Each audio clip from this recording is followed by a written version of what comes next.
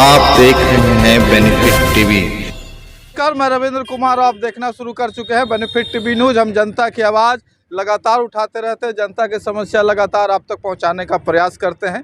जिस तरह से केंद्र सरकार हो चाहे राज्य सरकार हो, आउटसोर्सिंग और संविदा कर्मी पेरोल और जो कॉन्ट्रैक्ट बेस में जो बहाल हो रही है, उस पर तमाम तरह की सवाल लगातार जनता उठाते आई है और उसके समस्या का समाधान करने के लिए सरकार अभी फिलहाल कुछ प्रयास नहीं कर रही है। लगातार लोग धरना प्रदर्शन कर रहे हैं अपनी मांगों को एवज में। कुछ किन्हीं का जो मांग है कि हमें तनख्वाह या मानदेय बढ़ाया जाए, और दूसरी जो मांग है वो हमें परमानेंट किया जाए और नौकरी जो है 60 साल तक हमें दिया जाए। तमाम बातों पे हम चर्चा करने के लिए हमारे साथ कुछ लोग मौजूद हैं। आइए बारी बारी से उनके बातों को जानेंगे और क्या कुछ कहना चाहते हैं। तो सर, आपसे सर, संविदा कर्मी का क्या कुछ जो जिस तरह से सरकार कर रही है, आप क्या चाहते हैं? हमारे चाहने से होगा जब खुद अपना हक हकूक को लूटाना चाहता आदमी, तो उसका हक हकूक के लिए कितनों लड़िएगा। अंधे बहरे या गूंगे लोगों के लिए कोई फायदा नहीं है। कैसे फायदा नहीं है उसका कारण बताते हैं। जो हक हकूक लुटवा रहा है, अपने जान के नहीं लुटवा रहा है। कैसे लुटवा रहा है, ये भी बताइएगा ना। हाँ, तो बता रहे हैं। तो जब अंधा बहरा गूंगा है, जाति और धर्म के नाम पर, दारू और पैसा और मांस के नाम पर, कपड़ा के नाम पर वोट दीजिएगा, तो आप हक हकूक काय खोजते हैं?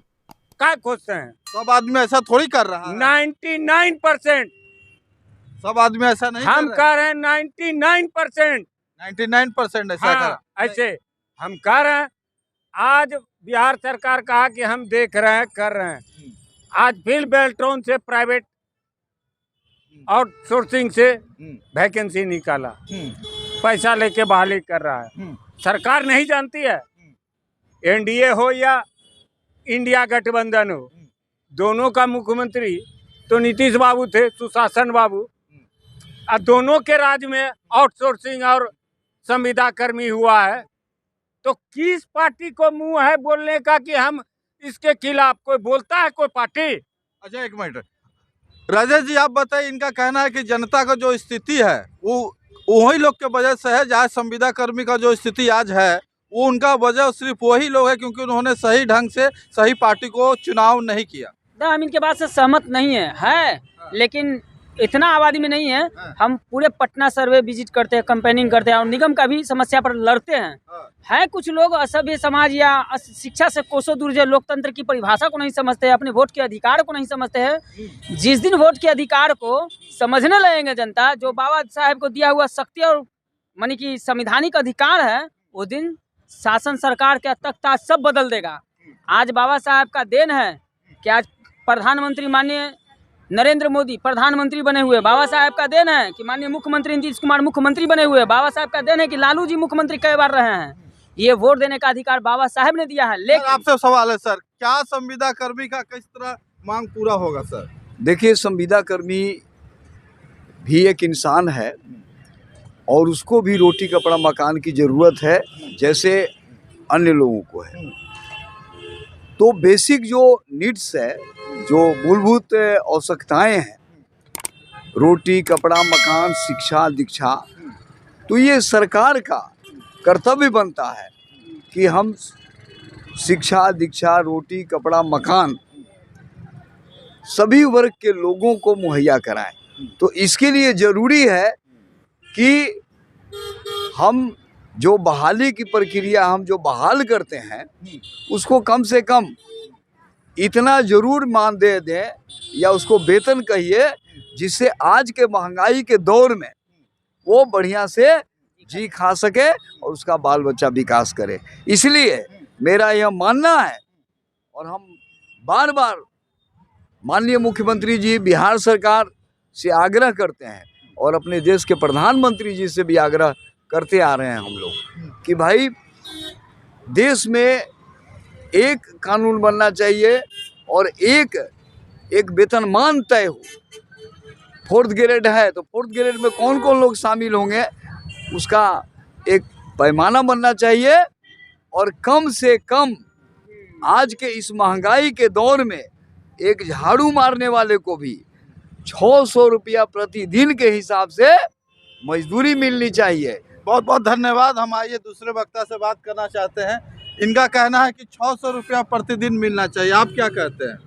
देखिए, संविदा पर बहाल तो आप कर रहे हैं, लेकिन संविदा पर बहाली सही नहीं है। इसको बंद कर देना चाहिए हमेशा के लिए, क्योंकि संविदा सक्सेस नहीं कर पा रहा है। इसलिए कि आप संविदा पर रख रहे हैं, फिर 3 साल बाद उसको हटा दे रहे हैं, फिर कोई को 5 साल बाद हटा रहे हैं। 2-4 दिन पहले एक बच्चा आया, कहा कि हम 2018 से सर्विस कर रहे हैं, अब नियमित करने की बात आई तो हमको नहीं रख रहा है, किसी और को रख रहा है। इसलिए रख रहा है कि वो पैसा देने वाला है, हम गरीब हैं इसलिए हमको नहीं रख रहा है, हम पैसा देने में सक्षम नहीं। तो इस तरह से नहीं होना चाहिए कि संविदा पर रख लिया, 3 साल बाद भगा दिए, किसी को 5 साल बाद भगा दिए, किसी को 7 साल खटा के कम वेतन में अपना काम निकाल के उनका जीवन चौपट करके भगा दिए। ऐसा तो नहीं चलेगा। संविदा को हमेशा के लिए बंद कर। आप क्या कहते हैं, संविदा हटा देना चाहिए? देखिए, 2002 में देश के प्रधानमंत्री थे अटल बिहारी वाजपेयी। उन्होंने संविदा कर्मी आउटसोर्सिंग का शुरुआत किया और आज यहाँ तक पहुँच गया। इसका विरोध किया था उसमें संसद में वाम मोर्चा ने, और किसी ने विरोध नहीं किया था। जितने राजनीतिक दल देख रहे हैं किसी ने विरोध नहीं किया था, वाम मोर्चा ने इसका विरोध किया था। और तब से प्राइवेटाइजेशन बढ़ते गया, आज ये हालात है। और जहाँ तक सब आदमी अंबेडकर साहब का संविधान का दुहाई देते हैं, संविधान का दुहाई देने से नहीं काम चलेगा। अंबेडकर साहब के विचारों पर क्या % चलते हैं? एक को सूत बराबर कोई बोल दे, हम तो खास करके पिछड़ा दलित आदिवासी से पूछते हैं, अंबेडकर के विचार पे नहीं चलते हैं। 1% भी नहीं। उनका नाम लेकर अपना रोटी सेक रहे हैं। अंबेडकर साहब का नाम लेकर रोटी सेकने वाले सारे राजनीतिक दल और सारे नेता इसलिए नाम सेक रहे हैं, ले रहे हैं, जयंती या पुण्यतिथि मनाते हैं कि हमको किसी तरह कुर्सी मिले। हाँ, चलिए बहुत धन्यवाद सर। राजा जी, ये गलत बात बताइए है ना कि जिस तरह से सफाई कर्मी का आउटसोर्सिंग से जो नियुक्ति होता है वो कहाँ तक जाएगी? देखिए, निगम ऐसा विभाग है ना कि पहले भी मरा हुआ था, हम आज भी मानते हैं कि मरा हुआ था। पहले सस्ती था 90-95 में, तब 6-6 महीना पर वेतन। आज जिस तरह से महंगाई है उसी हिसाब से उसको पैसा मिलता है। अब मेहनत करता है 4 जगह 4 गली 4 मोर्चा, अब वेतन में भी कटौती करके मिलता हुआ या 6 महीना पर मिलता है या 2 महीना पर मिलता है। उसकी आर्थिक परिस्थिति दिन पर दिन बिगड़ी जा रही है, जो लोकतंत्र के खिलाफ है, मानवता के खिलाफ है। आज अगर कोई भी सरकार हो, प्रधानमंत्री हो या मुख्यमंत्री हो, हम दुर्भाग्य मानते हैं कि बिहार के कमान को संभालते हैं और देखने नहीं जाते उन लोगों को, उन विभाग को जो निगम में दुर्दशा के मार झेल रहे हैं। आज Nitish Kumar smart city Patna development का सपना देख रहे हैं मुखिया हमारे, उनको ये भी पता नहीं है कि जब तक यहाँ के लोग स्मार्ट नहीं बनेंगे, वहाँ के लोग को शिक्षित नहीं बनाएंगे, लोग को विकसित नहीं बनाएंगे, तो स्मार्ट सिटी पटना डेवलपमेंट का सपना पूरा कहाँ से होगा? ये चांदी भी अगर रोड में चमका देंगे तो जब तक ले सफाई कर्मी क्लीन नहीं होंगे, उनका शिक्षा दीक्षा क्लीन नहीं होंगे, उनका आर्थिक हालात क्लीन नहीं होंगे, तो स्मार्ट सिटी पटना हो या बिहार राज्य विशेष राज्य का दर्जा जो मांग है, इस सब सपना अधूरा हो जाएगा, कभी पूरा नहीं होगा। इसलिए पहले निगम कर्मी को, निगम विभाग को और निगम के विभाग के उन तमाम लोगों को 10+2 विद्यालय का जो मांग 90 से अभी तक ले चला आ रहा है, अभी तक कहीं नहीं मिला है। सारे अनुसूचित जाति के बच्चे या निगम कर्मी के बच्चे आज खिचड़ी खा कर राजनीतिक वहीं भूल जा रहे हैं, शिक्षा भी वहीं भूल जा रहे हैं। 10+2 विद्यालय की मांग हम लोग की हमेशा रहती है कि उनके बच्चे पढ़े, आगे बढ़े। इनका लोग के स्लोगन हमेशा से भी रहता है कि मैं क्लास के अंतिम पावदान के लोगों के साथ खड़ा हूँ और मैं न्याय के साथ विकास करता हूँ। चलिए 1 मिनट रुकते हैं, आप दूसरे से बात कर। सर, सरकार का कहना है कि अंतिम पायदान पे खड़े लोगों को हम साथ देते हैं, आपका क्या कहना है सर? साथ देते हैं तो दीजिए, अच्छी बात है, साथ देना चाहिए, लेकिन अंतिम पायदान के लोगों को लाभ मिल रहा है? कैसा साथ है कि मान लीजिए अब जिनको 5 साल से सर्विस कर रहे हैं उनको हटा दिए, तो कैसा साथ है? बताया जाए कैसा साथ है? कैसा साथ दे रहे हैं? क्या सरकार साथ दे रही है? सब ढकोसला है, फॉल्स है, कुछ नहीं है। साथ दे रहे हैं, साथ देते तो वो बेचारा नाली मोड़ी में गिर के मरता, बेरोजगारी में मरता, कर्जा ले के मरता, 2-2 महीना पर तनख्वाह मिलता। साथ दे रहे हैं, तो ये लोग तो चाहते हैं कि ये वंचित दलित रहे, वंचित रह जाए, सब दिन भीख मांगे हमरा रहे हैं। क्या वंचित दलितों की सरकार है? इस देश में भ्रष्टाचारी, बलात्कारी, हत्यारे, अपराधी दबंगों की सरकार है। अगर पिछड़ा दलित का कोई नेता कहता है कि हम पिछड़ों और वंचितों के लिए काम कर रहे हैं तो ढकोसला है। किसका सलाहकार वंचित है? कौन पार्टी है? कौन पार्टी है कि वंचितों की बात करते हैं? अच्छा सर ये बताइए, ग्राउंड पर हम दिखाएंगे कि ये ढकोसला। हम इसीलिए ने कहा कि जो अंबेडकर साहब का जयंती या पुण्यतिथि मनाता है वो सत्ता और कुर्सी के लिए मनाता है। उनके एक सूत बराबर कोई नहीं चल पा रहा है। सर 1 मिनट रोकना चाहेंगे सर इनसे बात करते हैं जी। क्या यह वंचितों की सरकार है? वंचितों के बात में हित कर रही है? देखिए, वंचितों की सरकार तो हम तभी मानेंगे जब वंचितों के लिए सरकार जो है रोटी कपड़ा मकान शिक्षा दीक्षा और खुशहाली लावे। और एक चीज़ और सरकार करे, हम बार बार ये बराबर मांग कर रहे हैं कि जब आउटसोर्सिंग आप ला रहे हैं इन लोगों के लिए और ठेका प्रथा जब वंचित वर्ग के लिए ला रहे हैं तो आप क्यों 1.5 लाख वेतन ले रहे हैं भाई? आपको सुख सुविधा इतनी क्यों? आपको भी 15,000 में गुजारा करना चाहिए। हम पूछना चाहते हैं अपने माननीय मुख्यमंत्री जी से कि माननीय मुख्यमंत्री जी, एक और तो आप जो है इन लोगों को 10,000 महीना पर खटने पर मजबूर कर दे रहे हैं, दूसरी ओर आपका मंत्री विधायक सांसद क्यों इतना प्रचुर मात्रा में पेंशन उठा रहा है?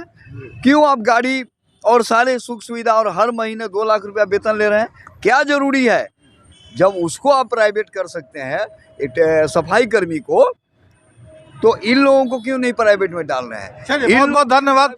आखिरी सवाल सभी लोग से, क्या बिहार के युवाओं के लिए क्या होना चाहिए? संविदा में नौकरी होनी चाहिए या परमानेंट होना चाहिए? संविदा प्रथा तो खत्म होना चाहिए। संविदा का मतलब है लिखो फेंको नौकरी। भविष्य अंधकार में युवाओं को जा रहा है। पढ़ लिख कर इंटरव्यू या मैट्रिक करके संविदा पर अगर रहेंगे लिखो फेंको पर, तो उनकी भविष्य कहाँ जाएगी? जितना काम उतना ही दाम। तो काम और दान में तो जीवन महंगाई में चल जाएगी। फिर शिक्षा दीक्षा उनका बाल बच्चों का होगा, भरण पोषण का होगा? ये संविदा कानून एकदम गलत है, सरासरी गलत है। क्या होना चाहिए? बिहार और भारत के युवाओं को किस तरह की नौकरी मिलनी चाहिए? जी, अभी जो हालात है देश में उस हिसाब से तो ये संविदा जो है बिल्कुल पूरी तरह हट जाना चाहिए। हाँ। क्या मिलना चाहिए बिहार और युवाओं को? अभी भाई जी बोले कि सरकार कहती आखिरी पायदान पर। हाँ। सरकार जो कहती है उसका विपरीत सोच के चलिए। अच्छा, आखिरी पायदान पर नहीं कह रहा है, वो कह रहा है कि सबसे ऊपर वाले पायदान के लिए हम हैं। सरकार ऊपर वाले पायदान के लिए है, कॉर्पोरेट जगत के लिए। कौन का चाहे वंचितों का बात करता है? वंचितों की सरकार नहीं है, कहने का नहीं ना है। नारा दिया बेटी पढ़ाओ बेटी पढ़ाओ। आज जो सरकारी शिक्षा हुआ, केंद्र सरकार रहे या बिहार सरकार रहे या अन्य कोई सरकार रहे, कोई राज्य का, सरकारी स्कूल का स्थिति क्या है?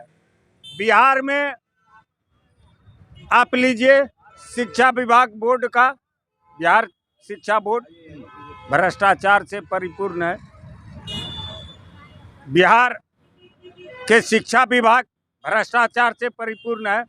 आप आंगनबाड़ी जो किए कि फिर बहाल कर रहे हैं। हम पूछना चाहते हैं, जो खाना बनाने वाली रसोइया था स्कूल में, जो खाना बनाती थी, उसको जो बहाल किए हैं उसको तो तनख्वाह आप नहीं दे रहे हैं। लेकिन आपके IAS IPS कहते हैं छोटका पर गाज गिर जाता है, बड़का पर क्यों नहीं गिरता है? जो भ्रष्टाचार करके बहाली किया अभी। चलिए ठीक। 60% आप दूसरे स्टेट का बहाल किए, क्यों किए?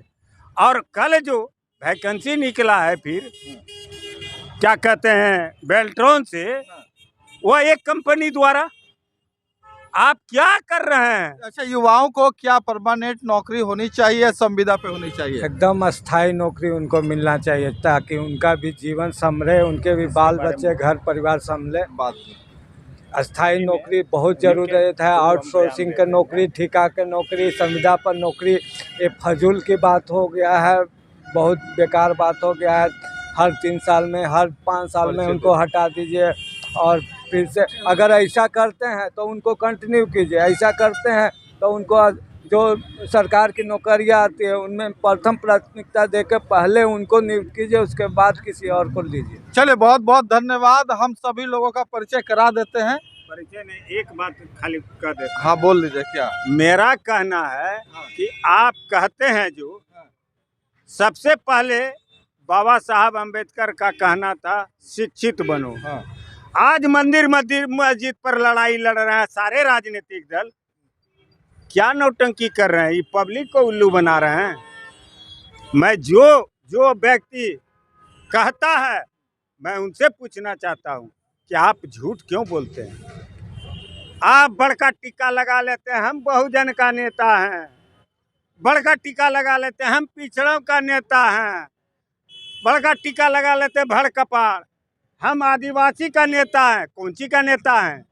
सच बोलने का साहस है आपको? सच बोलने का साहस है? आज जो देश में इतना मारा मारी है, बेरोजगारी या महंगाई है, सारे राजनीतिक ए से जेड इसका दोषी है। चलिए आपने इस बार राजनीतिक दलों को दोषी ठहराया, ठीक है, कोई बात नहीं है। अब हम आप सभी लोगों का परिचय करा देते हैं। सर अपना परिचय हमारे दर्शकों को। भाजपा नेता अरुण जी हैं। चलिए सर अपना परिचय दे दीजिए।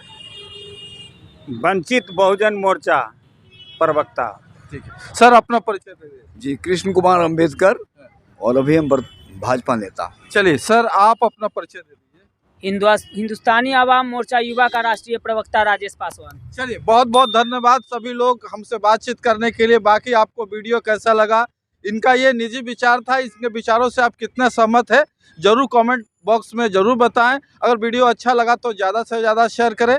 मैं Ravindra Kumar, benefit TV news Patna. आप देख रहे हैं बेनिफिट टीवी।